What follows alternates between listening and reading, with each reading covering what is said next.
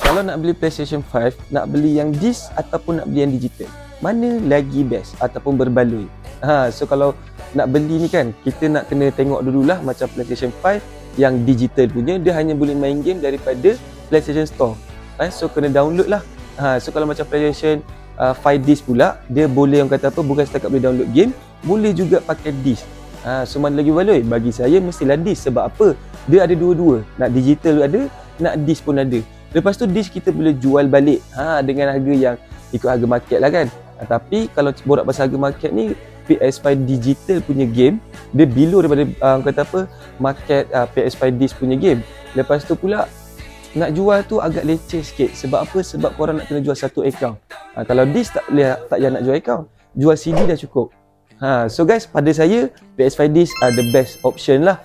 So pada korang pula, mana the best option? Boleh tak korang share dengan saya?